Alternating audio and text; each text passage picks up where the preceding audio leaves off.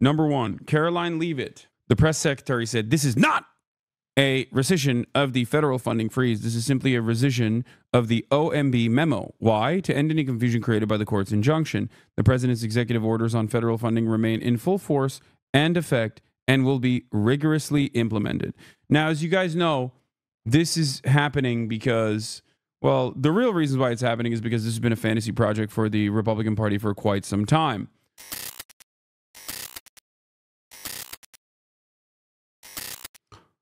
Anyway, let's get back to the White House rescinding the attempt to freeze federal aid spending, and also opinions from the Judge McConnell. There was huge pushback. What happened? That's absolutely right, Chris. This is a major turnaround for the Trump White House, rescinding this memo that went out late Monday night that caused all sorts of chaos and confusion. I think you're going to see a lot of stuff like this where the Trump White House does something so insane, like truly heinous and insane. And because there's no like real counterbalance whatsoever, there's no real line of attack, there's no real resistance against that, right? Because there's none of that. Basically, they'll just end up taking it back, or they'll have internal struggle. Like, they are going to fight amongst themselves because there's no one else to fight against them. Putting up practice shots? Yes. Federal government departments and agencies to freeze what could have been hundreds of billions of dollars in federal aid funding while those agencies were ordered to comply with President Trump's new executive orders. Now, in a new memo that I obtained about 45 minutes ago, the OMB has officially rescinded that Monday memo. This comes after enormous pushback from Democrats who argue that this could harm programs that their constituents rely on in red states and blue states. It has sparked some reaction already here on Capitol Hill. The rescission, that is. Senator Chuck Schumer, the Democratic minority leader, says, quote, though the Trump administration failed in this tactic, it's no secret that they will try to find another. And when they do, it will again be Senate Democrats there to call it out, fight back, and defend American families, unquote. That's Chuck Schumer taking some credit for creating the kind of noise and pushback that sparked the White House to rescind this memo. The White House tried a tactic yesterday to simply clarify the original memo, which was vaguely worded. It didn't make clear which programs were. Go, Demis, go. Dude, they didn't do anything. That's what I'm saying. This is what I mean. They just straight up did not do anything. They literally didn't do anything. The Republicans were like, the one guy that did something was a Reagan-era judge. Okay? And I'm not even giving him that much credit because it's or not the Reagan-era judge. The freeze wasn't, the Reagan-era judge was for the, oh my God, there are so many executive orders. The Reagan-era judge was against birthright, which was like clearly unconstitutional. There was another judge that applied. I don't know if he was a Reagan-era judge or not, but there was another judge that obviously applied a stop, a Biden judge, a Brandon judge. That's it. That's the only thing that Democrats technically did. What remains of the judicial system that hasn't been completely destroyed and weren't affected in terms of that federal aid. Yeah, their urgency was non-existent. White House Budget Office has officially rescinded the order authorizing a federal freeze on grants, according to the document obtained by the Washington Post. The timing of it is really funny because it was 4 minutes before the Democratic Party's emergency meeting that took place not immediately after this thing came down the wire, but a whole 24 hours afterwards. Absolutely brutal Quinnipiac poll for the Democrats. Republican Party gets 43% favorability rating, 45% unfavorability rating. The Democratic Party gets 31% favorability, 57% unfavorability. Democrats keep going. You didn't vote for us. You didn't vote for us. Over and over again. And then refuse to do anything that is helpful for their constituents. Refuse to launch any sort of serious, refusing to launch any sort of serious battle against the Republican Party, trying to undermine their agenda in any meaningful fashion. The Democrats straight up are the light Republican Party at this point. Or, I mean, not at this point. They've been the light Republican Party. And then all of a sudden, we're supposed to be shocked that nobody likes them and their base of support has withered away. I know the press secretary said something else, chat. Don't worry. I know. I have that on the docket as well. Hold on. Yeah. Hold on. Where is it? Ay. We're so fucking cooked, dude. I thought the stream froze. You were so still. Yeah, it's because I'm EP. One of the big questions there was Medicaid. The White House was not clear initially whether Medicaid would be part of that freeze. That's 72 million people who had health insurance who could potentially be affected. They issued a clarifying memo yesterday saying that Medicaid was not affected, but still the confusion that this has sparked across the country appeared to be enough for the White House to say simply no need for the federal aid freeze anymore.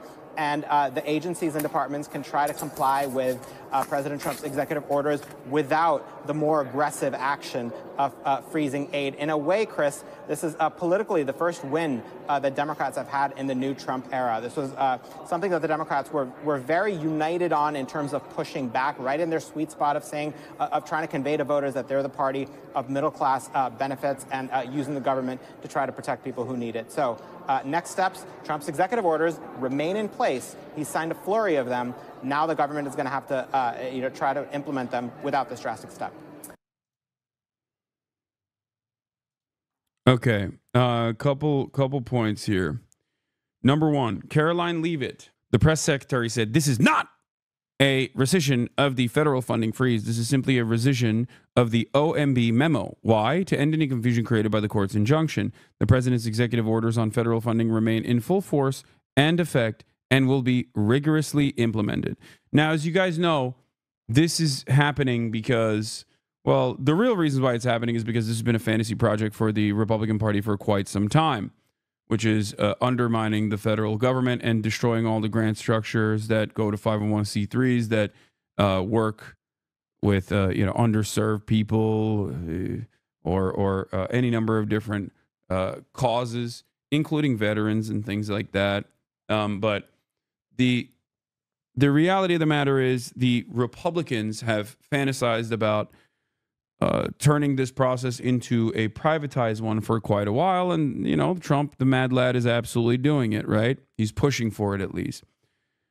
So this is something that the Republicans have fantasized about for quite a bit. But the reason why they say they're doing this is even more insane. If you ask Donald Trump, the reason why they're doing this is because they want to combat woke. That's right. They're doing this because they want to combat woke. Yeah. They're looking at the federal government grants, like spending grants, and they are investigating which one of those grants are going to quote unquote woke causes. It's crazy. Yeah, they're looking at Marxist equity initiatives. So if you are, I don't know, homeless people or something, and that is considered obviously a Marxist socialist equity initiative, then yeah, your funding is going to get taken away. No more funds for that sort of thing. The only initiatives that are allowed is if you teach homeless veterans how to do cryptocurrency schemes or something. Yeah, bootstrapping. In court just now, the states are introducing press secretary saying the funding freeze is still active as evidence that the lawsuit should continue. Judge McConnell says that prior to the withdrawal of the OMB spending freeze memo, he was inclined to issue a temporary restraining order given the lack of clarity / potential for harm. Now he thinks there may need to be a case-by-case legal action as funding is blocked. The states say the White House statement suggests the original sweeping spending freeze is still in effect, even if the OMB memo describing it has been pulled. The harm continues, they say, so they want a restraining order. Judge McConnell will grant the restraining order, saying the withdrawal of the hugely ambiguous OMB order is only a distinction without a difference based on comments by President's press secretary. Just to be clear, this isn't Buzz Lightyear the toy. This is the origin story of the human Buzz Lightyear that the toy is based on. Yeah. Do you think community health centers fall under equity? What do you think? Yes.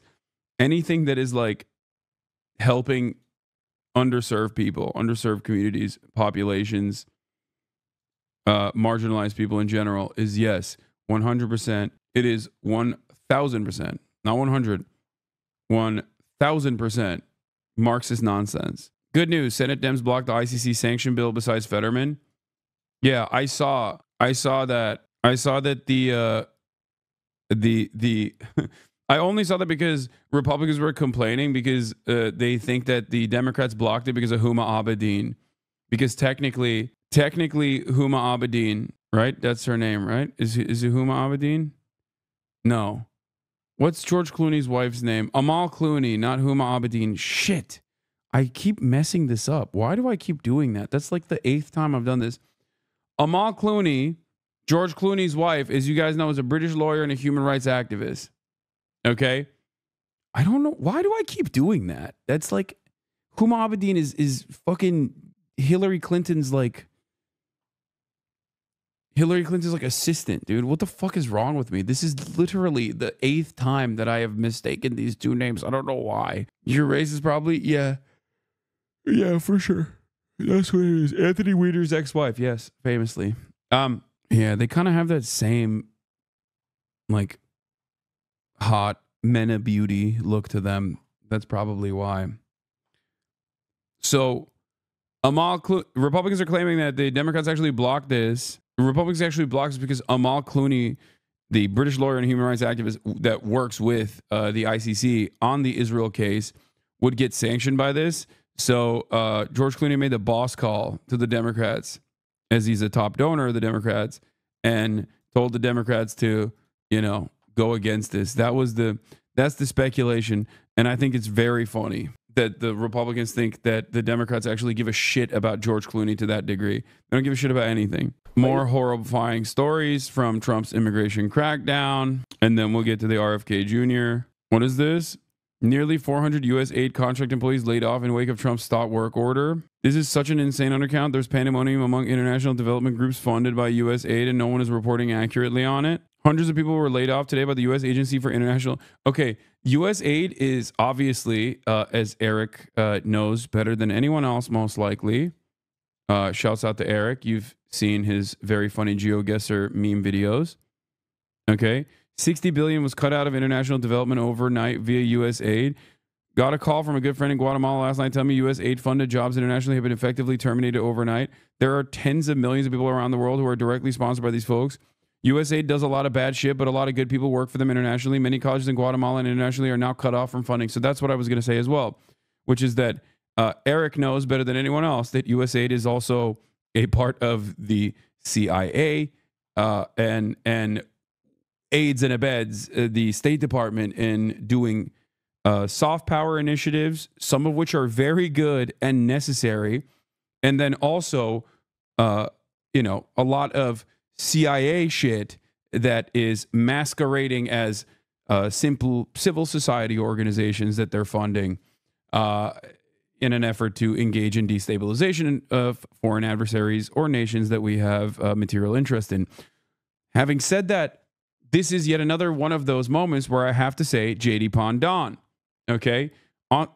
He is undermining American soft power.